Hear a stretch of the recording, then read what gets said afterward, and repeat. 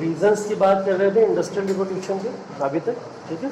Last हम लोग ने क्या बात की थी, रीजंस फॉर इंडस्ट्रियल रिवॉल्यूशन। ठीक, आईआर के पीछे क्या क्या रीजंस थे, उन रीजंस में हमने सबसे पहले रीजन की जो बात की थी वो कौन सा रीजन था, वर्ल्ड ट्रेड। वर्ल्ड ट्रेड का रीजन मतलब क्या था वर्ल्ड ट्रेड के अंदर, अगर हम लोग बात करें तो क्या बताया था मैंने, एक कंट्री दूसरी कंट्री पे डिपेंडेंट हो गई थी, इंटरडिपेंडेंस बढ़ गई थी इसके अंदर।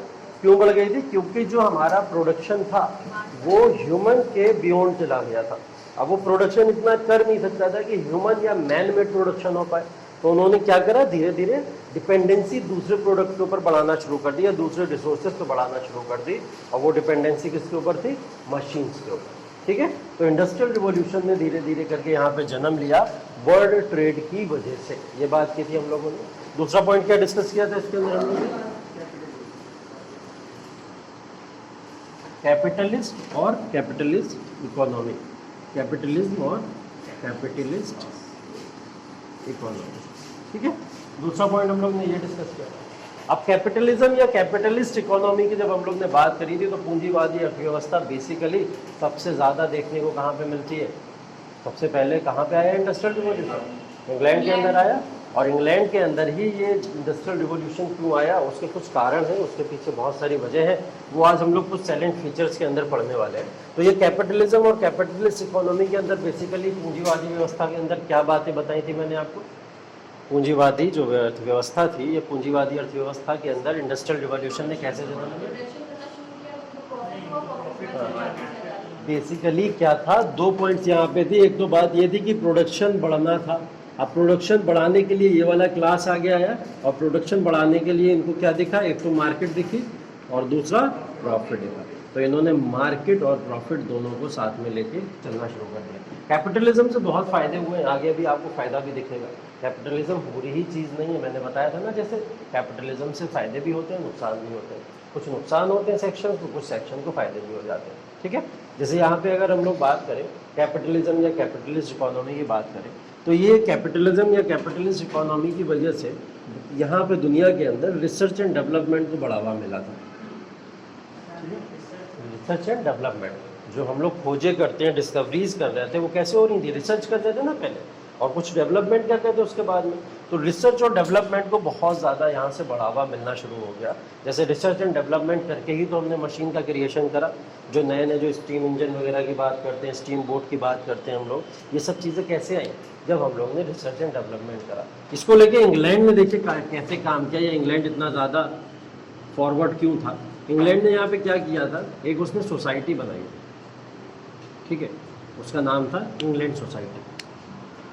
यहाँ पे उसने एक इंग्लैंड सोसाइटी बनाई, और ये सोसाइटी ने क्या करा, रिसर्च एंड डेवलपमेंट का एक ऑर्गेनाइजेशन बनाया। और ये ऑर्गेनाइजेशन क्या करा करता था, रिसर्च एंड डेवलपमेंट को बढ़ावा दिया करता था। गवर्नमेंट क्या करती थी यहाँ की, इसको पूरी तरीके से फंडिंग दिया करती थी। ऐसा किसी देश में नहीं हो रहा है अभी तक, लेकिन कहाँ हो रहा है, इंग्लैंड के अंदर हो रहा है। ठीक है, तो इंग्लैंड के अंदर जो सोसाइटी थी, वहाँ पे इंग्लैंड सोसाइटी का फॉर्मेशन, और उस फॉर्मेशन ने यहाँ पे एक ऑर्गेनाइजेशन बनाया जो किससे रिलेटेड था, रिसर्च एंड डेवलपमेंट से रिलेटेड था। उसने क्या करा, गवर्नमेंट ने वहाँ पे फंडिंग देना शुरू करी, और यहाँ से बहुत सारी खोजें हुई, जिससे हम लोग बहुत सारी खोजें यहाँ पे पढ़ते हैं। तीसरा पॉइंट डिस्कस किया था कुछ हम लोग ने यहाँ पे, क्या था,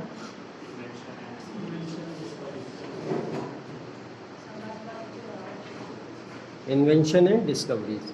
इन्वेंशन एंड डिस्कवरीज, जैसे कि हम लोग ने बात की थी कि कुछ रास्तों की भी खोज हुई, कुछ लोगों ने रास्ते भी ढूंढे। ठीक है, जैसे अमेरिका के रास्ते की खोज मिली हमें, इंडिया के रास्ते की खोज मिली हमें।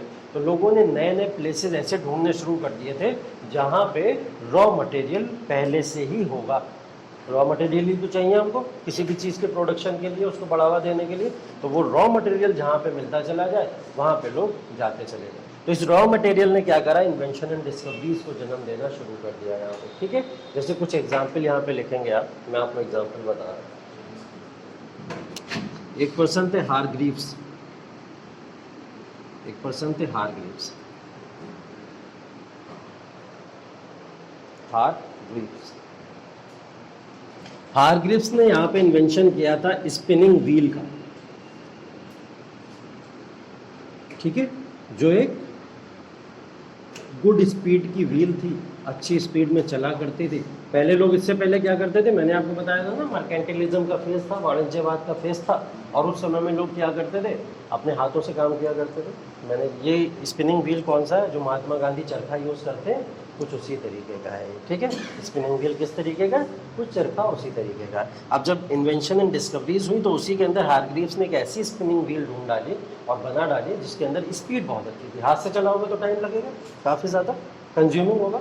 उन्होंने क्या करा, हाथ की जगह कुछ ऐसे प्रोडक्ट को यूज़ किया उसके अंदर, जिसकी वजह से उसकी एक स्पीड मिल गई, और स्पीड मिलने की वजह से अब जो फाइबर से हम लोग थ्रेड्स बनाते थे, थ्रेड्स का मतलब धागे बनाते थे, और धागों से कपड़ा बनता है, ठीक है। तो फाइबर्स के धागे बनने की अब क्या है, स्पीड अच्छी मिल गई है हमको। तो स्पिनिंग व्हील की खोज करने वाले कौन थे, हारग्रीव्स थे। एक पर्सन इसमें और थे जिनका नाम था आर्कराइट।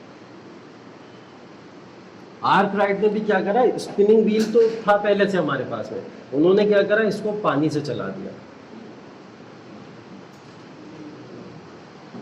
पानी से चला दिया, ठीक है।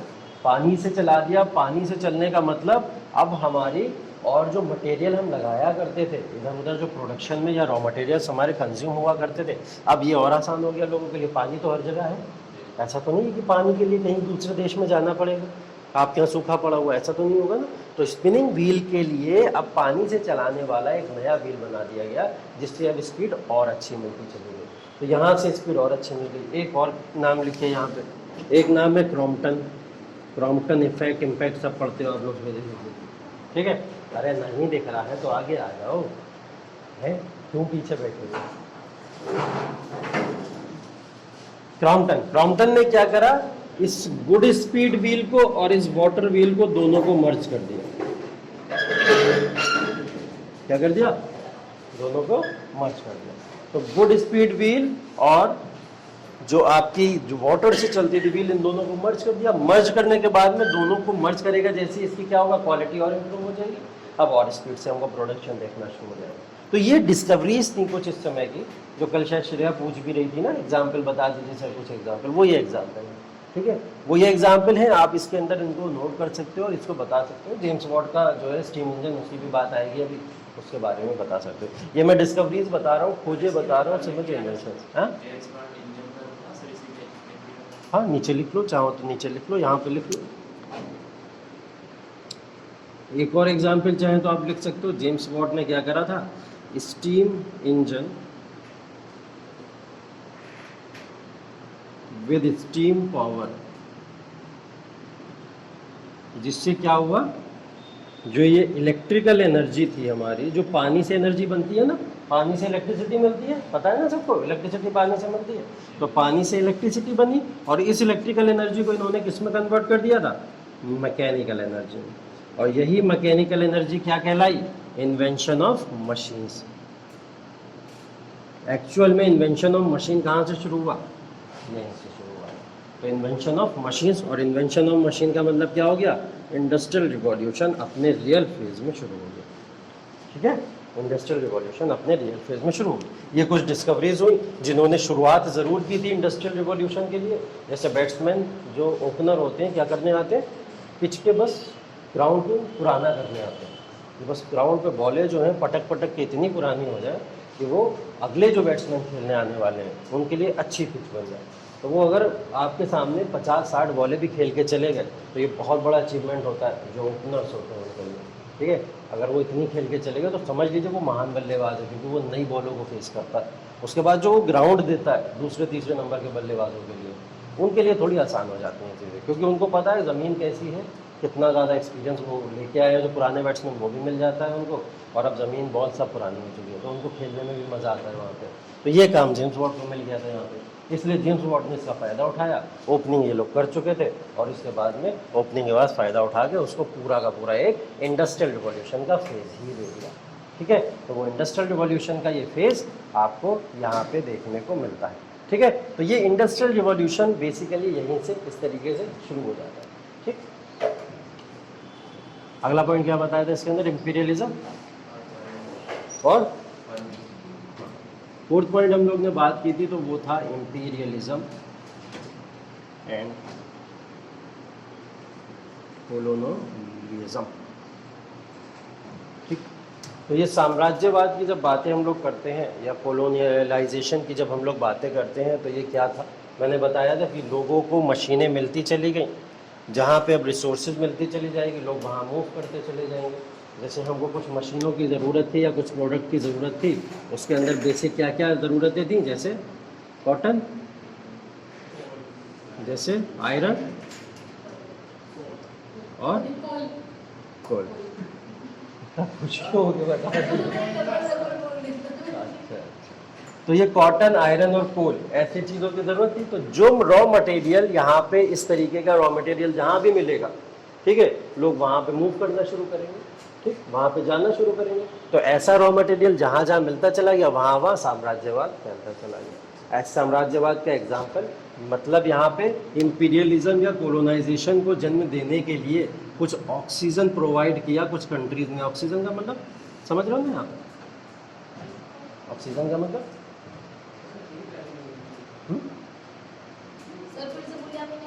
मैंने बोला कि कुछ कंट्रीज ने इंपीरियलिज्म या कोलोनाइजेशन को बढ़ावा देने के लिए यहाँ पे ऑक्सीजन का काम किया। सर मतलब वो ट्रेड करने के लिए काम किया तो वो मतलब फायदा हो रहा है, इस नाम का ऑक्सीजन की बात कर रहे हैं। ऑक्सीजन से इंसान जिंदा रहता है ना, कौन ऑक्सीजन से इंसान जिंदा रहता है ना। कौन वाला ऑक्सीजन होता है? ऑक्सीजन से इंसान जिंदा रहता है ना, जो आप सांस लेते हो वातावरण में, एनवायरनमेंट में लेते हो, ऑक्सीजन की वजह से तो लेते हो ना। तो वो ऑक्सीजन देने का काम किसने करा? कुछ कंट्रीज़ ने करा। जैसे इसके अंदर अगर हम लोग एग्जाम्पल कोई लेना चाहें तो वह एग्जाम्पल हम लोग इंडिया का ले सकते हैं। इंडिया ने ब्रिटेन के लिए ऑक्सीजन का काम किया था कि नहीं किया? ब्रिटेन ने अगर अपना साम्राज्यवाद किया तो किसकी वजह से किया? भारत के अंदर आके किया, भारत के अंदर आके अपनी फैक्ट्रीज लगाई और तमाम ऐसे बहुत सारे उसको प्रोडक्ट भी मिल गए, रॉ मटेरियल्स भी मिल गए, जिसकी वजह से उसने यहाँ पे इंडस्ट्रीज़ को मजबूत किया और इंडस्ट्रियल रिवोल्यूशन को और आगे बढ़ा दिया। तो ये ऑक्सीजन का काम किया यहाँ पे इंपीरियलिज्म और कोलोनाइजेशन को बढ़ावा देने के लिए कुछ कंट्रीज़ ने, और कुछ कंट्रीज़ ने उसका भरपूर फ़ायदा उठाया। ठीक है, इनके लिए बेसिकली अगर हम लोग ब्रिटेन के लिए बात करें, क्योंकि ब्रिटेन या इंग्लैंड का नाम ज़्यादा इंपॉर्टेंट इसलिए क्योंकि इंडस्ट्रियल रिवॉल्यूशन नाम ही यहीं से शुरू हो रहा है। इनके दो ऑक्सीजन थे, एक था इनका नॉर्थ अमेरिका और एक था इनका इंडिया। ये जितनी भी इंडस्ट्रीज लगाते थे, बेनिफिट प्रॉफिट जो भी उठाया करते थे, कहाँ से उठाते थे? बेसिकली इंडो कंट्रीज से उठाते थे। नॉर्थ अमेरिका का मतलब, नॉर्थ अमेरिका तो 1776 में इनसे आज़ाद हो गया था। कब आज़ाद हो गया? 1776, 18वीं शताब्दी के अंदर नॉर्थ अमेरिका को आज़ादी मिल गई। तो ये 1776 के बाद अब किसके ऊपर पूरा पूरा डिपेंडेंट हो जाएंगे? इंडिया के ऊपर हो जाएंगे। इसलिए आप देखेंगे कि 1776 के बाद से लगातार ब्रिटिशर्स के एक्सप्लॉयटेशन इंडिया के अंदर कितने ज़्यादा देखने को मिले। तो जब हो गया था ना बैटल ऑफ बक्सर और प्लासी सब हो चुका था, 1765 में ट्रीटी ऑफ इलाहाबाद सब हो गई, उसके बाद से लगातार इन्होंने इंडियन एक्सप्लॉयटेशन करना शुरू कर दिया। रीज़न क्या था? यही था क्योंकि ये दोनों इनके ऑक्सीजन थे। ठीक है, नॉर्थ अमेरिका और इंडिया, ब्रिटेन के लिए। तो ब्रिटेन ने अपना इंडस्ट्रियल रिवॉल्यूशन बेसिकली इन जगहों पे ही किया था। ठीक है, अगर पॉइंट लिखने को आएगा तो ये 4 रीजंस की कल हम लोगों ने ये पूरे के पूरे 4 रीजंस के ऊपर बात की थी। इंडिया का ऑक्सीजन नहीं, ब्रिटेन का ऑक्सीजन इंडिया है। क्या बताया? लाल पेन से, लाल पेन से इंडिया ही तो लिखा है। और इंडिया किसका ऑक्सीजन है? ब्रिटेन का ऑक्सीजन है ना। इंडिया किसका ऑक्सीजन है? ब्रिटेन का। अच्छा, दिख नहीं रहा है।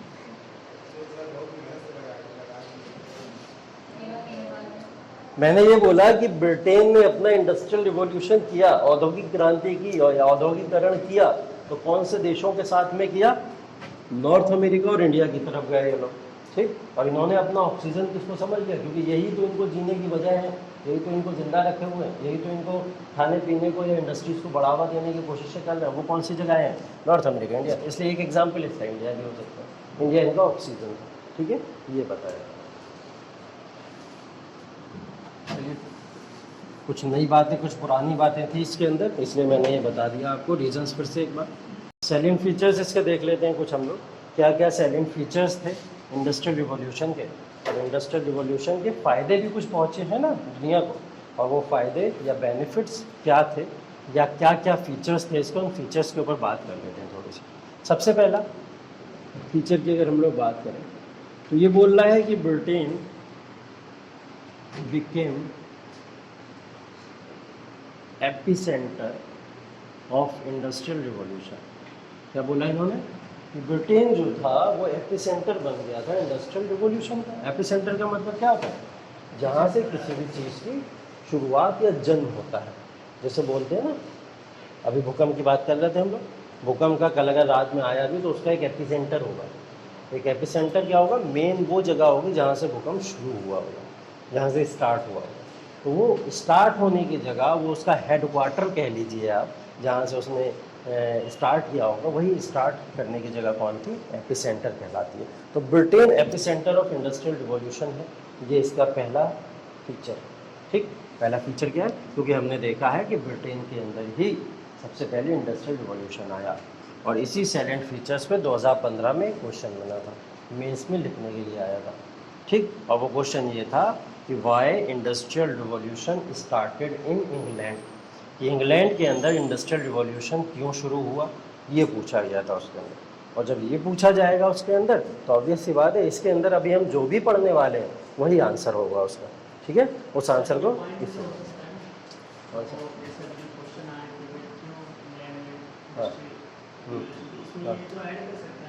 क्या, हाँ बिल्कुल बिल्कुल, इसको भी ऐड करेंगे।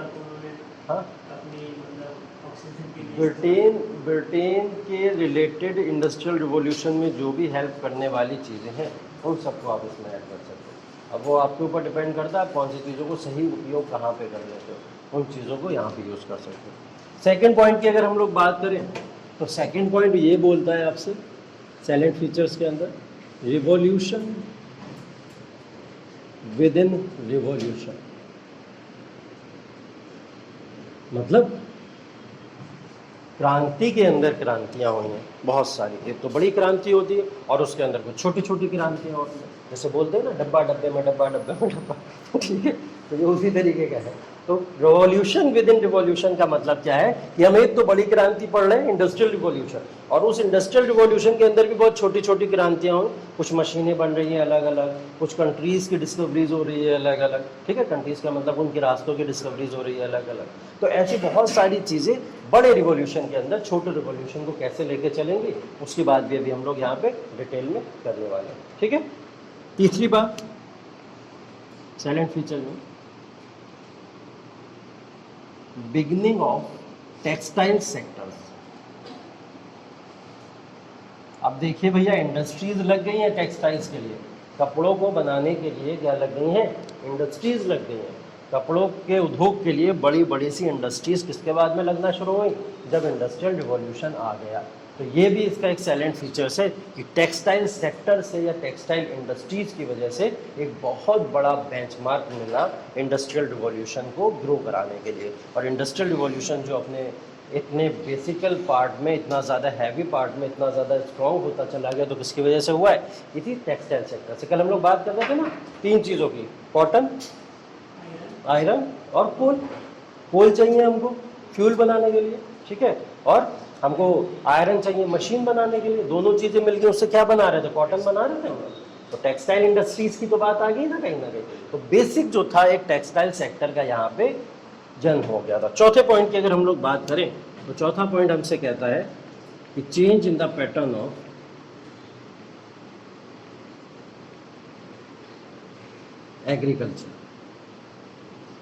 एग्रीकल्चर या खेती के पैटर्न में भी चेंज हो गया था।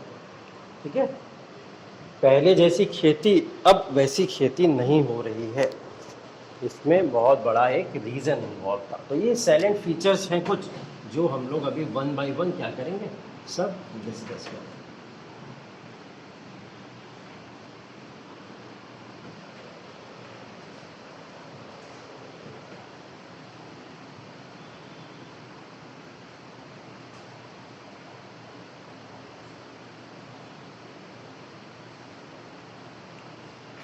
चलिए भाई, ये क्वेश्चन है हमारा पहला ही, इसको सॉल्व कर लेते हैं पहले। क्वेश्चन बोल रहा है कि why Britain become epicentre of industrial revolution, कि जो ब्रिटेन है या इंग्लैंड है वो एपिसेंटर क्यों बना इंडस्ट्रियल रिवॉल्यूशन का। तो इसके पीछे सबसे पहला कारण, रीज़न बात करें अगर हम लोग, कुछ रीजंस हैं। किसके रीजंस की बात कर रहा हूँ मैं, इसके रीजंस की बात कर रहा हूँ। तो उन्होंने बोला कि ब्रिटेन के अंदर या इंग्लैंड के अंदर हमेशा से ही एक ट्रेड क्लास या एक बिजनेस क्लास बहुत ही प्रोमिनेंट तरीके से वहाँ पे सरवाइव किया करता था। और ये अभी की बात नहीं है, ये beginning of the 13th century, लगभग 13वीं शताब्दी की शुरुआत हुई और तब से ही वहाँ पे बिजनेस या ट्रेड क्लास उसका कद बहुत ऊंचा था। और ये हमारे यहाँ नहीं था, हमारे यहाँ तो राजाओं का कद ऊंचा था, ठीक है, हमारे यहाँ तो राजाओं का कद ऊंचा था। और दूसरी कंट्रीज़ में देख लें, राजाओं के कद ऊंचे थे, मोनार्की के ऊंचे थे। अभी यूरोप की भी ये हमने बहुत सारी बात करी, यूरोप के भी बहुत डिफरेंट जगहों पे भी हम लोग क्या देख रहे हैं, या तो क्लर्जी टॉप पे है, ठीक है, या तो फिर क्रूसेड जैसी सिचुएशन आने की वजह से दूसरी सल्तनत आ जा रही है, वो टॉप पे चली जा रही है। लेकिन यहाँ पे इंग्लैंड के अंदर हमेशा से ही वो ट्रेड क्लास या बिजनेस क्लास ने अपने आप को सुप्रीम बनाया हुआ था। इसका एक एग्जाम्पल, अब ये ट्रेड क्लास या बिजनेस क्लास जब सुप्रीम होगा तो इससे पब्लिक या जनता को क्या फ़ायदा होगा, इसका एक एग्जाम्पल देता हूँ मैं आपको। आपने मैग्ना कार्टा का नाम सुना होगा, नो डाउट। क्या है मैग्ना कार्टा? पॉलिटी में है मैग्ना कार्टा। किसको कहते हैं मैग्ना कार्टा? फंडामेंटल राइट्स को। Fundamental rights are the Magna Carta of the constitution. किसने बोला? मैग्ना कार्टा ने बोला। मैग्ना कार्टा का मतलब ये होता है, एक बेंचमार्क सेट किया गया था कि सबसे इम्पोर्टेंट चीज़ अगर पूरे कॉन्स्टिट्यूशन में किसी को माना गया है तो वो किसको माना गया? फंडामेंटल राइट्स को माना गया, वो है मैग्ना कार्टा। तो किसी भी चीज़ को जब मैग्ना कार्टा बोला जाता है तो उसका महत्व बहुत बढ़ा दिया जाता है, उसकी इम्पोर्टेंस बहुत बढ़ा दी गई। तो ये वो मैग्ना कार्टा एक्चुअल में था क्या? पॉलिटी में तो आपने सिर्फ इतना पढ़ा होगा कि वो मैग्ना कार्टा होता है। तो ये मैग्ना कार्टा है क्या? ये एक्चुअल में ही एक पर्सन है मैग्ना कार्टा, जिन्होंने क्या करा था, 12वीं शताब्दी के अंदर इंग्लैंड के कुछ लोगों को वहाँ के ह्यूमन राइट्स प्रोवाइड कराए थे। क्या करे थे? 12वीं शताब्दी के अंदर इंग्लैंड में कुछ लोगों को वहाँ ह्यूमन राइट्स प्रोवाइड करे थे, मतलब कुछ मानव अधिकार और कुछ फंडामेंटल राइट्स के बेसिक अधिकार इन्होंने मैग्ना कार्टा ने लोगों को प्रोवाइड किए थे, क्योंकि ये वहाँ के राजा थे, उससे कर दिए इन्होंने प्रोवाइड। ठीक,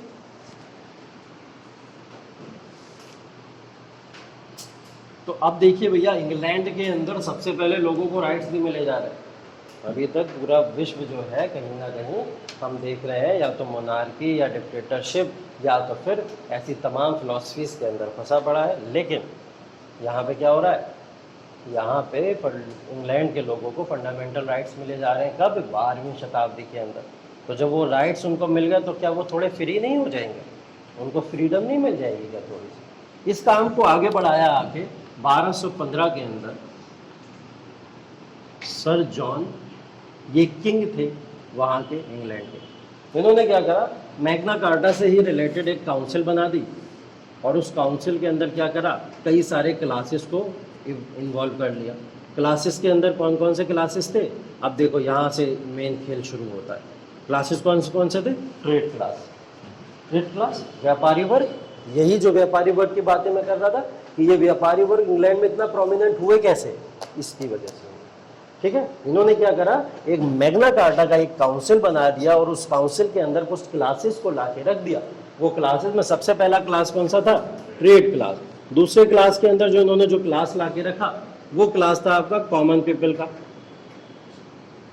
कॉमन पीपल में तो सब आ जाएंगे, पीजेंट्स भी डाल लेना, वर्किंग क्लास भी डाल लेना, जो भी याद आए आपको सब डाल दोगे, वो कॉमन पीपल आ जाएंगे। अब ट्रेड क्लास, कॉमन पीपल दोनों एक साथ मिलके एक ही काउंसिल में बैठ रहे हैं, भागीदारी ले रहे हैं। तो जब दोनों बैठ के एक ही काउंसिल में भागीदारी ले रहे हैं तो इनके विचार आपस में एक दूसरे से एक्सचेंज होंगे नहीं होंगे? ठीक है, कॉमन जनता को क्या चाहिए, ट्रेड क्लास को क्या चाहिए, दोनों की बातें एक दूसरे तक पहुंच रही है। तो इन्हीं बातों ने क्या करा था, इंग्लैंड को इतनी मजबूत स्थिति में पहुंचा दिया था जिसकी वजह से इंग्लैंड ने टोटली डिपेंडेंसी किसके ऊपर कर दी थी? ट्रेड क्लास या बिजनेस क्लास के ऊपर। और यहाँ का ट्रेड क्लास, बिजनेस क्लास अब सोचेगा किसके बारे में? मार्केट के बारे में और प्रॉफिट के बारे में। तो जो मार्केट प्रॉफिट के बारे में सोचेगा वो नए नए रास्ते निकालेगा, और जब नए नए रास्ते मिलेंगे तो उसी में वो एक नया इन्वेंशन कर देगा। और वही इन्वेंशन सबसे पहले क्यों इंग्लैंड के अंदर हुआ? इस वजह से हुआ। तो पहला रीज़न तो ये हो गया कि यहाँ पे जो ट्रेड क्लास था उसकी जो सुपीरियरिटी थी वो लगभग 13वीं शताब्दी से या 12वीं शताब्दी से हम लोग यहाँ पे देख सकते हैं। ठीक है, तो ये ट्रेड क्लास की सुपीरियरिटी यहाँ पे देखने को मिलती। दूसरा फायदा इंग्लैंड को एक और हुआ, वो दूसरा फायदा यह था कि availability of resources, availability of resources. Resources की अवेलेबिलिटी का मतलब इन लोग के पास में कैपिटल अच्छा था, ठीक है। किसी भी इंफ्रास्ट्रक्चर को बनाने के लिए आपको कैपिटल चाहिए होता है। कैपिटल का मतलब पूंजी होती है। पूंजी किसी भी वर्ग की क्या हो सकती है? पूंजी किसी भी इंसान की, अगर आपको एक बिल्डिंग खड़ी करनी है तो बिल्डिंग खड़ी करने के लिए कुछ पूंजी लगेगी। वो पूंजी क्या क्या हो सकती है? पैसा, बस पैसे से बिल्डिंग खड़ी हो जाएगी। हाँ, हाँ, उसमें भी तेल लगा दोगे। फ्यूल कहाँ से लगाओगे बिल्डिंग में? एग्जैक्टली, पहले लैंड चाहिए होगी, दूसरा लेबर चाहिए होगा, ठीक है। लैंड, लेबर और तीसरा क्या, आपको पूंजी भी चाहिए होगी, जिस कैपिटल की बात कर रहे हैं हम लोग।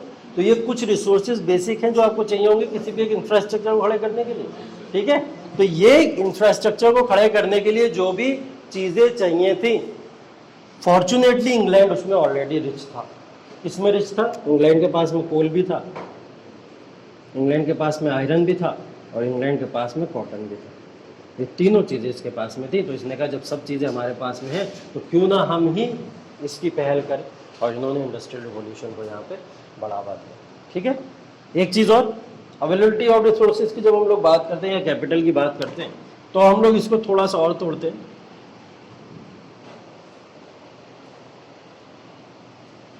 चलो ऐसे ही इसको थोड़ा सा और तोड़ते हैं। इनके पास में दो तरीके से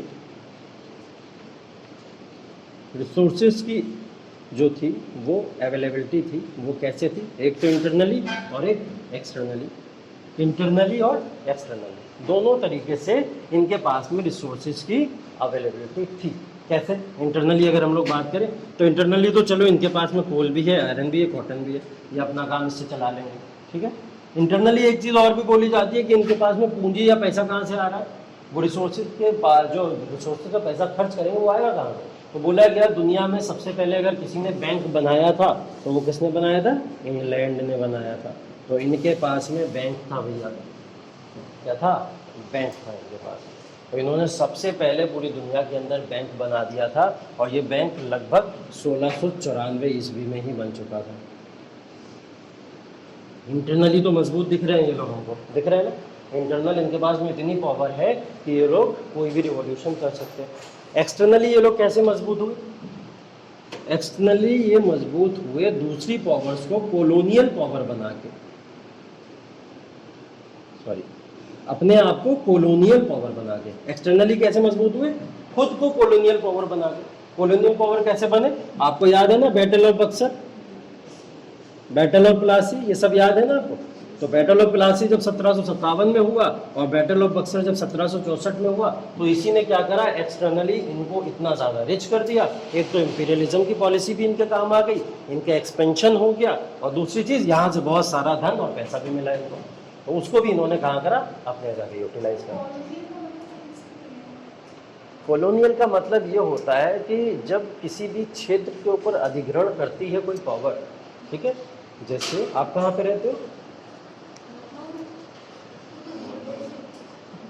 अरे जगह जगह जगह जगह जगह, लखनऊ में कहाँ पे रहते हो? राजाजीपुरम में रहते हो ना। और सर्वेज तुम यहाँ पे रहते हो, मान लिया गोलागंज में रहते हो, ठीक है। अब तुम वहाँ से अटैक करो, ठीक है, और गोलागंज को कैप्चर करो, ठीक। सर्वेश किस में आ जाएगा? तुम्हारी कॉलोनियल पावर के अंदर में आ जाएगा, ठीक है। तो जब तुमने अधिग्रहण कर लिया इस क्षेत्र के ऊपर, तो अब सर्वेश से तुम जो कहोगे वो सर्वेश मानेगा। भले से सर्वेश लड़कियों से कितना भी चढ़ता हो, लेकिन उसको तुम्हारी बात माननी पड़ेगी, ठीक है। क्योंकि तुमने क्या करा, कॉलोनियल पावर के अंदर उसको ले लिया।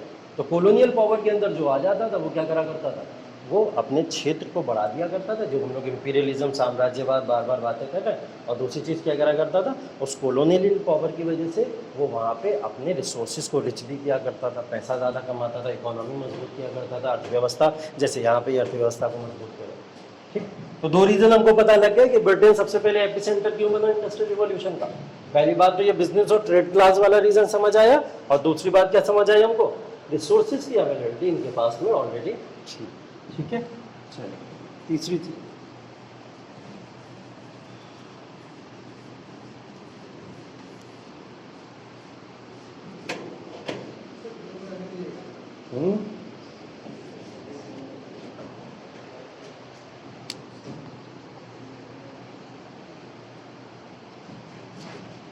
थर्ड रीजन की बात करते हैं। तीसरा रीजन था एनक्लोजर मूवमेंट। एनक्लोजर मूवमेंट क्या होता है? एनक्लोजर मूवमेंट की बात करें। एनक्लोजर मूवमेंट ये था कि इंडस्ट्रियल रिवॉल्यूशन जब शुरू हुआ तो इसने क्या करा, वहाँ पे ज़मीनों की कीमतें बढ़ा दी। बढ़ा देगा ना ज़मीनों की कीमतें, क्योंकि इंडस्ट्री कहाँ लगेंगी, ज़मीनों पे तो लगेंगी भाई, है ना। तो वो इंडस्ट्रियल रिवॉल्यूशन ने क्या करा, वहाँ पे लैंड की वैल्यू बढ़ा दी। अब जब लैंड की वैल्यू बढ़ जाएगी और जो लोग इंडस्ट्रियल रिवॉल्यूशन को बढ़ावा देना चाहते हैं उनको लैंड चाहिए होगा। अब वो लैंड के लिए क्या करेंगे, या तो तुमसे सीधे मांगेंगे कि लाओ प्रॉपर्टी दे दो मुझको, लेकिन नहीं दोगे तो क्या करेंगे, छीन लेंगे। ठीक है, तो इंग्लैंड ने यही काम करा, जिन लोगों के भी पास में प्रॉपर्टी हुआ करती थी उन सभी लोगों से प्रॉपर्टी छीन ली इसने। आपको याद है भारत के अंदर जब ये लोग आए थे, लॉर्ड कॉर्नवालिस आया था, तो उसने आके यहाँ पे परमानेंट सेटलमेंट शुरू किया। क्यों शुरू किया था? लोगों की ज़मीनों को जब्त करने के लिए शुरू किया था। हमने मालवाड़ी भी देखा, रैयतवाड़ी भी देखा, इन सब के अंदर क्या हो रहा है, ज़मीनों को छीन रहे हैं ये लोग हमारे पास से। और ज़मीनों पे छीन के क्या करते थे, उसकी बोलियां लगा दिया करते थे और इंडस्ट्रियलिस्ट को बुला के वहाँ पे फैक्ट्री खुलवा दिया करते थे, इंडस्ट्री खुलवा दिया करते थे। ठीक है, तो ये इंडस्ट्रियलिस्ट को बढ़ावा देने की कोशिश है। अब इन्होंने क्या करा, इस एनक्लोजर मूवमेंट को चलाया इंग्लैंड के अंदर। और ये एनक्लोजर मूवमेंट ये था कि जिनके पास में भी प्रॉपर्टी या लैंड हुआ करती थी वो लैंड अपनी सारी की सारी किसको दे दें, स्टेट को दे दें, गवर्नमेंट को दे दें, जिस लैंड पे भी इनको फैक्ट्री खोलनी होती थी। तो यही क्या था, एनक्लोजर मूवमेंट। जब आपकी प्रॉपर्टी को आपसे स्निच कर लिया जाए, आपसे छीन लिया जाए, तो वो क्या था, एनक्लोजर मूवमेंट। तो ब्रिटेन ने ये मुहिम चलाई और इसके अंदर कई सारे लोगों की प्रॉपर्टी ली। अब जिनसे प्रॉपर्टी ली गई वो लोग कौन थे, फार्मर्स थे, मजदूर थे, फार्मर्स, पीजेंट्स, यही तो थे सारे के सारे लोग। ये बेचारे क्या करेंगे अब, उनको तो रोजगार चाहिए ना। ये रोजगार के लिए क्या करेंगे, मजदूरी करेंगे, मजदूरी करेंगे ना। तो ये फार्मर्स जो थे इन्होंने देखिए बहुत चालाकी से काम करा। अंग्रेज जो थे, इसलिए बोला जाता है इतनी चालाक क्यों थे अंग्रेज, भारत के ऊपर ही नहीं, इन्होंने पूरी दुनिया के ऊपर जगह जगह जाके रूल कैसे किया। इन्होंने बोला कि फार्मर क्लास को अगर हमने ख़त्म कर दिया तो फार्मर क्लास ख़त्म होने की वजह से ये हमारे लिए पूरी तरीके से अब अनवांटेड रिसोर्सेज बन जाएंगे। तो फार्मर्स हमारे देश के ऊपर बोझ बन जाएंगे। हम क्या करेंगे इनका, ठीक है, क्या करो इनको लेबर बना दो। तो इन्होंने फार्मर्स को क्या करा, लेबर बना दिया उसी इंडस्ट्रीज़ में जिस इंडस्ट्रीज़ को ये पैदा करना चाहते हैं। तो फार्मर क्लास किस में कन्वर्ट हो गया, पूरा का पूरा लेबर क्लास में कन्वर्ट हो गया। तो अगला जो पॉइंट है आपका वो यही है कि ये जो फार्मर्स थे वो किसके अंदर कन्वर्ट हो गए, लेबर्स में कन्वर्ट हो गए। और ये लेबर्स कौन हुआ करते थे, जो फैक्ट्रीज़ में वर्क करने वाले मजदूर हुआ करते थे। ठीक है, अब ये फैक्ट्रीज़ में वर्क करने वाले मजदूर, तो देख रहे हैं आप एग्रीकल्चर का जो प्रीडोमिनेंस पूरी दुनिया पे रहा करता था, वो एग्रीकल्चर से धीरे धीरे लोग इंडस्ट्रियल की तरफ क्यों मूव किए, ऐसे ही रीजंस की वजह से मूव किए। ठीक है, अगला पॉइंट नो डाउट इसमें पढ़ो।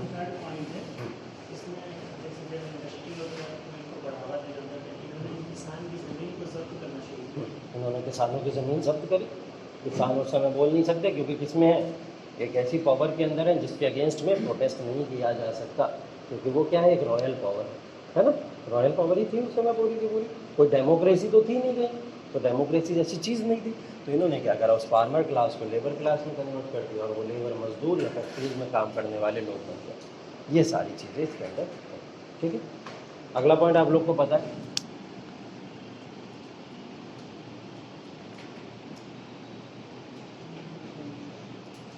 Availability of rich resources. इनके पास में रिसोर्सेज काफ़ी रिच थी।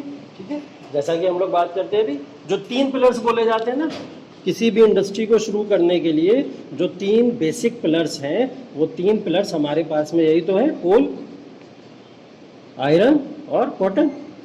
और ये तीनों पिलर में ये लोग मजबूत थे, इसलिए अवेलेबिलिटी ऑफ रिच रिसोर्सेज, इनके पास में बहुत ही रिच रिसोर्सेज थी जिसके बेसिस पे।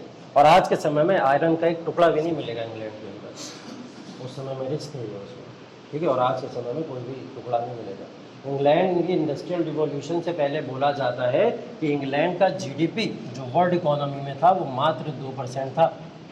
मात्र कितना, 2%। इंडस्ट्रियल रिवॉल्यूशन के आने के बाद और भारत को पूरी तरीके से लूटने के बाद इनका जीडीपी 26% हो गया वर्ल्ड इकोनॉमी में, और भारत का कितना बच गया, 2 से 3%, जस्ट रिवर्स हो गया। भारत का पहले 26% हुआ करता था, पूरी तरीके से इंडस्ट्रियल रिवोल्यूशन के सहारे एक्सप्लॉयटेशन कर रहे थे कई सारी जगहों में। अमेरिका खुद को संभाल ले गया क्योंकि रिच कॉन्टिनेंट है, लेकिन इंडिया का रिसोर्सेज रिच तो था, लेकिन हम उसको इतनी अच्छी तरीके से अभी नहीं संभाल पाए। तो अवेलिटी ऑफ रिच रिसोर्सेज, सबसे नालायक यही थे। पूरे इतिहास को पढ़ोगे अगर आप ना, तो अगर आप पूरे के पूरे इराक में अगर आप चले आओ, पूरा प्री हिस्टोरिक से लेकर अभी तक चले आओ, पूरी के पूरे इतिहास में अगर आपको सबसे नालायक कोई मिलेगा रूल करने वाले लोग, तो वो अंग्रेज ही मिलेंगे, क्योंकि अंग्रेज़ों का सिर्फ और सिर्फ एक मकसद था, वो था एक्सप्लॉयटेशन। सबसे बड़ी बात ये थी कि ये लोग यहाँ से रिसोर्सेज को लूट के भारत के बाहर ले जाया करते थे, ये ड्रेन ऑफ वेल्थ किया करते थे, निकासी का सिद्धांत जिसको हम लोग कहते हैं, धन की निकासी, ठीक है। तो यहाँ सब जितना पैसा कमाते थे वो सब यहाँ से उठाते थे, लूटते थे, और लूट के सब इंग्लैंड में ले जाते थे। उनका यहाँ ना तो कोई रूलर था, रूल तो नहीं कर रहा ना कोई यहाँ पे बैठ के, रूलर तो वहीं बैठ के कर रहा है ना इंग्लैंड से।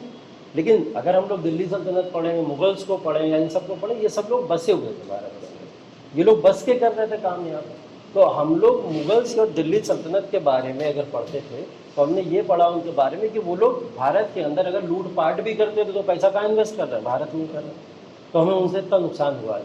हमें नुकसान कहाँ से हुआ, क्योंकि उनके समय तक भी हमारी जीडीपी देख लो कहाँ है, 26% ये जीडीपी है हमारी उस समय में भी, जब वो यहाँ पे छोड़ के गए अपने शासनकाल को। लेकिन जैसे ही अंग्रेज आके गए तो ये जीडीपी का ये बंटाधार हुआ था, 2% हमारी अब 2 से 3%, ठीक है। ये प्रॉब्लम है, और इंग्लैंड आज सबसे ज़्यादा कंट्रीब्यूट करके दुनिया का फेवरेट बना हुआ है, कोई कुछ कह ही नहीं सकता उससे।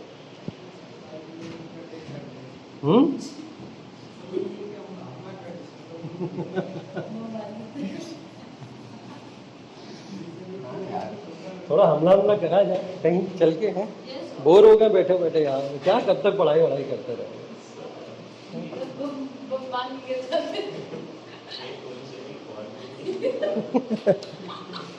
हाँ, अभी राइफल देखी नहीं है ना,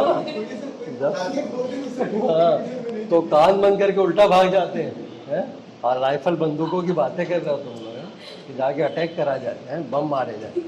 चलो अगला पॉइंट है रिवॉल्यूशन विद इन रिवॉल्यूशन। ये पहला पॉइंट अब समझ आ गया हमको कि ब्रिटेन के अंदर ही क्यों शुरू हुआ, ठीक है। ये 4 पॉइंट्स आपको लिखने हैं जब भी ये क्वेश्चन आपके पास में आएगा, इन्हीं 4 पॉइंट्स को आप लिख के आएंगे। और ये क्वेश्चन आएगा फिर से, क्योंकि 2015 के बाद से ये रिपीट नहीं हुआ है, और ये ऐसा क्वेश्चन है कि हर 3-4 साल में रिपीट कभी कभी हो जाता है, ठीक है।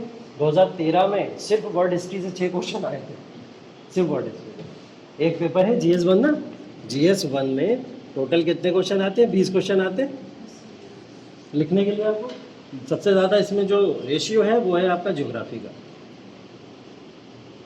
ज्योग्राफी से पूछ लेता है 7-8 क्वेश्चन अप्रॉक्स, एवरेज बता रहा हूँ। ज्योग्राफी के बाद में जो पूछता है वो आपसे पूछता है फिर हिस्ट्री, और हिस्ट्री के अंदर जो है क्वेश्चन आ जाते हैं आपके फिर अगेन 7 से 8 क्वेश्चन। अब इन 7 से 8 में मैंने हिस्ट्री के अंदर वो भी मिला दिया, वर्ल्ड हिस्ट्री का क्वेश्चन भी मिला दिया, पूरी हिस्ट्री। इसके बाद में बचा क्या, सोसाइटी। सोसाइटी से लगभग 5 क्वेश्चन एवरेज रहता है, ये क्वेश्चन आते हैं। ये है रेशियो इन 3 सब्जेक्ट का GS1 के पेपर में। ज्योग्राफी से 7-8 क्वेश्चन, हिस्ट्री से 7-8 क्वेश्चन, सोसाइटी से 5 क्वेश्चन आएंगे, ठीक है। तो इसके अंदर पूरी की पूरी जो हिस्ट्री हम लोग ने पढ़ ली है, ये 7-8 क्वेश्चन अब आप लोग बहुत आसानी से कर सकते हो, जो भी 7-8 क्वेश्चन आएंगे। क्योंकि बहुत टिपिकल क्वेश्चन आते नहीं, क्वेश्चन कैसे आते हैं, एवरेज आते हैं, बहुत टिपिकल क्वेश्चन आते नहीं है आपको, एवरेज मिलेंगे हिस्ट्री के क्वेश्चन। अब हिस्ट्री के अंदर ही सोचो, पूरी हिस्ट्री 7-8 क्वेश्चन की आ रही, ठीक। और इन्होंने क्या करा, 2013 के अंदर 6 क्वेश्चन सिर्फ और सिर्फ वर्ल्ड हिस्ट्री से दे दिए, 6 क्वेश्चन वर्ल्ड हिस्ट्री। तो कहाँ कम किया होगा, यहाँ कम कर दिया होगा, इसके 4-5 क्वेश्चन रह गए होंगे, यहाँ कम कर दिया होगा, इसके 3-4 क्वेश्चन रह गए होंगे, ऐसा कुछ किया होगा, ठीक है। तो देखिए बड़ी अनएक्सपेक्टेड चीज़ है, मैंने बताया था ना 2-3 क्वेश्चन एवरेज आते हैं, ऐसा होता है। लेकिन हो सकता है कभी 5-6 क्वेश्चन आ जाए, अगर आपकी किस्मत अच्छी रही तो। अब तो अच्छी कहूँगा क्योंकि अब आप लोग पढ़ रहे हैं, ठीक है। बुरी तब होती जब आप लोग नहीं पढ़ते, क्योंकि अभी हम लोग सोसाइटी भी पढ़ने वाले हैं, इसके बाद में सोसाइटी भी पढ़ेंगे हम लोग। ये सोसाइटी भी बहुत इंपॉर्टेंट, और ये लगभग हिस्ट्री की तरह ही है, पूरा इतिहास और पॉलिटी उसके अंदर समाहित है पूरी तरीके से। तो जब ये पढ़ लोगे तो सोचो आप 20 क्वेश्चन यहाँ पे आएंगे और 250 नंबर में से आप इस पेपर में 200 नंबर 150 नंबर 150 प्लस ही नंबर ला सकते हो, आराम से ला सकते हो, बहुत आराम से। तो कोई ये बड़ी डील नहीं है, इसके अंदर बहुत आसानी से आप लोग इस पेपर को सॉल्व कर सकते हो। ठीक है, सर मेंस की कॉपी कितनी बड़ी होती है? इतनी। सर ये मतलब मेरा मतलब है कि इतना पता हो मार्जिन। अरे उसका मार्जिन होता है, देखो A4 साइज जो होते हैं आपके पेपर, ये वाले ये A4 साइज के पेपर का मार्जिन होता है।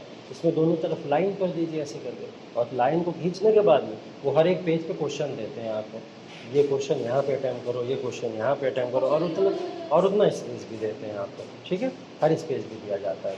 तो ये पैटर्न होता है उनका एग्ज़ाम में आपको देने का। ठीक, जब आप दोगे एग्ज़ाम देने जा रहे हो, मेंस देने जा रहे होगे ना, तो वो मेंस वाली कॉपियाँ उठा के यहाँ आपके सामने रख देंगे हम आगे, देखो यहाँ आपको प्रैक्टिस करेंगे और उसी के ऊपर प्रैक्टिस भी कराएंगे आप लोगों को। क्योंकि पहले पूरी तो निकालो मैं लाइक। तो रिवॉल्यूशन विद इन रिवॉल्यूशन की अगर बात करें तो हमने देखा एक बहुत बड़ा रिवॉल्यूशन क्या है, इंडस्ट्रियल रिवॉल्यूशन। अब इंडस्ट्रियल रिवॉल्यूशन जो हुआ उसके बाद में इंडस्ट्रियल रिवॉल्यूशन की वजह से रिवॉल्यूशन कुछ और फील्ड में भी होना शुरू हुआ। रिवॉल्यूशन विद इन रिवॉल्यूशन के अंदर सबसे पहला पॉइंट हम लोग जो पढ़ना है वो है ट्रांसपोर्ट एंड कम्युनिकेशन। जब तक ट्रांसपोर्ट और कम्युनिकेशन नहीं होगा तब तक इंडस्ट्रियल रिवॉल्यूशन के अंदर स्पीड तो आ नहीं पाएगी भाई। ठीक है, इंडस्ट्रियल रिवॉल्यूशन हो गया, मशीनें बनती चली जा रही हैं, और मशीनें बनेंगी कैसे, जब तक ट्रांसपोर्टेशन नहीं होगा ना, एक जगह से प्रोडक्ट दूसरी जगह पे उठ के नहीं जाएंगे तब तक कैसे काम चलेगा। ठीक, इसका चलो एक एग्जाम्पल भी दे देते हैं आपको। एग्जाम्पल, स्टीम बोट का नाम सुना? स्टीम बोट रॉबर्ट फुल्टन के द्वारा बनाई गई थी। रॉबर्ट फुल्टन ने इसको सबसे पहले बनाया था। इसी में लिखो, उसका है रिवॉल्यूशन विद इन रिवॉल्यूशन का। ठीक है, रिवॉल्यूशन विद इन रिवॉल्यूशन में पहला पॉइंट जो हम लोग पढ़ रहे हैं वो क्या है, transport and communication. Transport and communication का क्या मतलब हो गया, ट्रांसपोर्ट एंड कम्युनिकेशन के अंदर अब क्या करना है, ट्रांसपोर्टेशन करके ही तो हम गुड्स को कलेक्ट करके ला के उसी से तो कुछ बनाएंगे, रिसोर्सेज का कलेक्शन करने के बाद ही तो हम कुछ इन्वेंट करेंगे। तो वो रिसोर्सेज का कलेक्शन कैसे होगा, आपको पता है प्री मॉडर्न इरा के अंदर हम लोग जब भी कहीं ऐसे जाया करते थे, हम लोग समुद्र के रास्ते से जब निकलते थे, सी रूट पे निकलते थे, तो बेसिकली हमारी डिपेंडेंसी किसके ऊपर रहती थी ज़्यादा, विंड्स के ऊपर, हवाएं जो चला करती थी। ठीक है, जो बताया था ना मैंने आपको, वास्को डी गामा। ठीक, उससे पहले बार्थोलोमो डियाज बताया, कोलंबस भी बताया, तो बोला था ना ले जाएं जाने कहाँ हवाएं हवाएं हवाएं हवाएं। ठीक, तो जहाँ हवाएं ले जाती थी उनको, वो बेचारे वहाँ चले जाते थे, और जहाँ चले जाते थे वहीं से जो मिलता था उनको मजबूरी थी वही लेके आना है वापस। तो कोलंबस को अमेरिका मिल गया, वो अमेरिका से जो ला पाए वो ले आए। Bartholomew Dias Cape of Good Hope तक पहुंचे और यहीं से वापस चले गए, उनको जो यहाँ मिल गया वो यहाँ चले गए।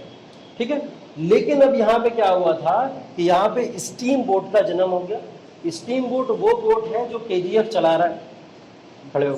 ठीक, जब सेकंड वाले पार्ट में KGF मरने वाला होता है KGF रॉकी भाई, तो जब वो मरने वाला होता है तो बड़ी वाली बोट जो देखी होगी आप, वो क्या स्टीम बोट, चले हवाएं, कितनी हवाएं चलेंगी, तो सारी हवाओं को चीरती हुई आगे निकल जाती है। उसको पता है मुझे इस डायरेक्शन में जाना है, नेविगेशन भी क्योंकि उस समय में ईजाद हो चुका था, पता था हमको किस डायरेक्शन में जाना है, तो वो नेविगेशन के थ्रू उस स्टीम बोट को चलाते हुए ले जाते थे। अब जहाँ पे जिस चीज़ की ज़रूरत है स्टीम बोट आपको वहीं ले जाएगी। तो वो स्टीम बोट का सहारा लेके अब कहीं से मुझे क्या चाहिए, सिर्फ और सिर्फ खादी का कपड़ा चाहिए, तो वो खादी का कपड़ा आने के लिए मुझे भारत आना पड़ेगा, कपास चाहिए तो भारत आना पड़ेगा, मसाले चाहिए भारत आना पड़ेगा, यही तो होगा। तो ये सारी की सारी चीज़ें लेने के लिए तो स्टीम बोट का काम आसान हो गया, स्टीम बोट ने लोगों का काम आसान कर दिया। तो लोग अब एग्जैक्टली वहीं पहुंचेंगे जहाँ से उनको रिसोर्सेज मिलेंगे। तो ट्रांसपोर्ट देखो बहुत अच्छा माध्यम है।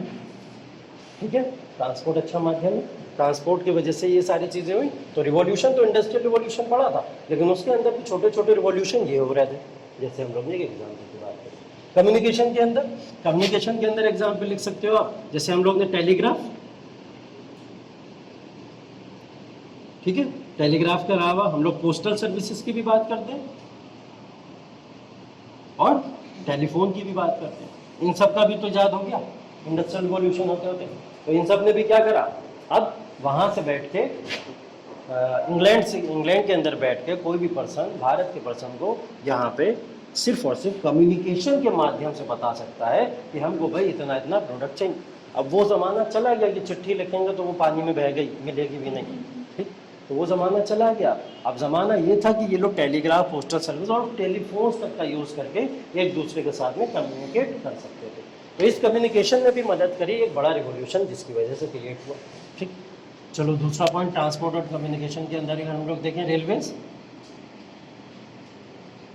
सबसे पहले रेलवे कहाँ मिली, कहाँ सबसे पहले ट्रेन बनाई गई और ट्रेन चली, हाँ कौन सी जगह? मुंबई से ठाणे, अंग्रेजों ने बनवाई थी ना वो, तो भारत के अंदर पहली बार चली। मैं तो दुनिया की बातें कर रहा हूँ इस समय, इंग्लैंड में ही बनी एग्जैक्टली। तो रेलवेज भी सबसे पहले किसको मिल गई थी? इंग्लैंड को मिल गई थी। इंग्लैंड ने इसका यहाँ पे क्या करा था, मैन्युफैक्चरिंग करा के रेलवे चलवा दी। अब रेलवे चलवाने की वजह से क्या हुआ भैया, एक तो टेरिटोरियल इंटीग्रेशन हो गया।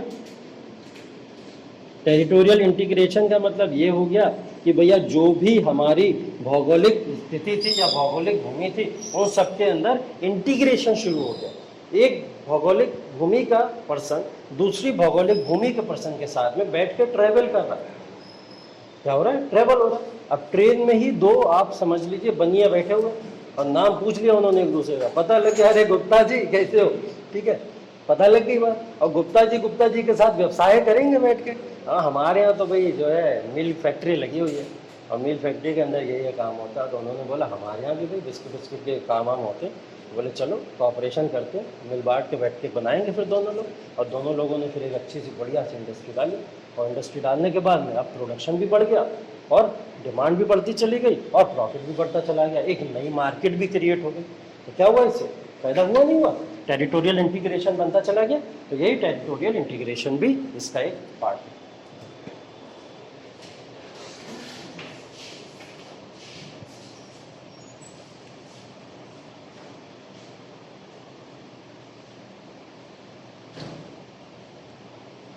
ठीक है, देखो कुछ पॉइंट्स बहुत कॉमन है। अब रिवॉल्यूशन विद इन रिवॉल्यूशन अगर आ जाए तो आप ट्रांसपोर्ट कम्युनिकेशन के परे भी जा सकते हो। जैसे जैसे हम लोग ने बात करी थी ना, स्टीम इंजन बना, जो आपकी स्पिनिंग व्हील बनी, वो सब चीज़ें अगर क्वेश्चन मिल जाए तो आप क्या इसमें नहीं लिख सकते?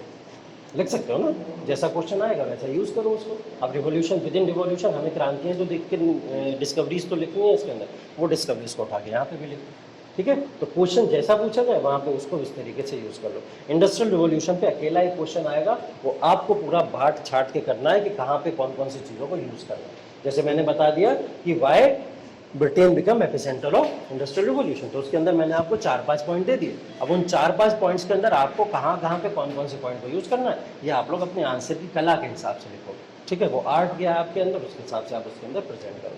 अगला पॉइंट देख लें, बिगनिंग ऑफ टेक्सटाइल सेक्टर।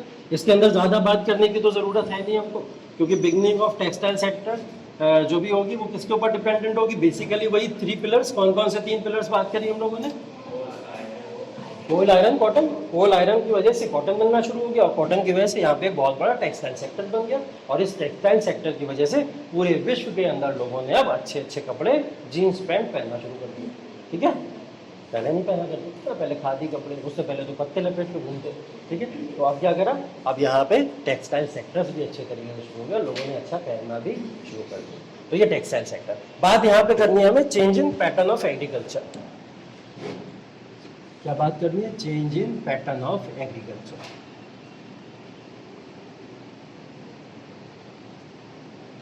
इसको मैं आपको इंडिया के पर्सपेक्टिव के पॉइंट से समझाऊंगा तो आपको क्लियर समझ आएगी बात, ठीक है। अगर हम लोग इसके अंदर बात करें change in pattern of agriculture के लिए, तो एग्रीकल्चर के अंदर 2 तरीके की क्रॉप्स होती हैं, एक होती है फूड क्रॉप्स और एक होती है कैश क्रॉप्स, या जिसको हम लोग फूड ग्रेन्स भी कहते हैं, ठीक है। ये 2 तरीके की हमारे पास में क्रॉप्स होती हैं। फूड ग्रेन्स या फूड क्रॉप्स हमारी कौन सी होती है? बेसिक, जिससे हमारा भोजन मिलता है, जिससे हम लोग खा पी सकते हैं। मैं ये बोल रहा हूँ कि एग्रीकल्चर की अगर हम लोग बात करें कि पैटर्न ऑफ एग्रीकल्चर चेंज कैसे हो गया इंडस्ट्रियल रिवॉल्यूशन के आने से, ठीक है।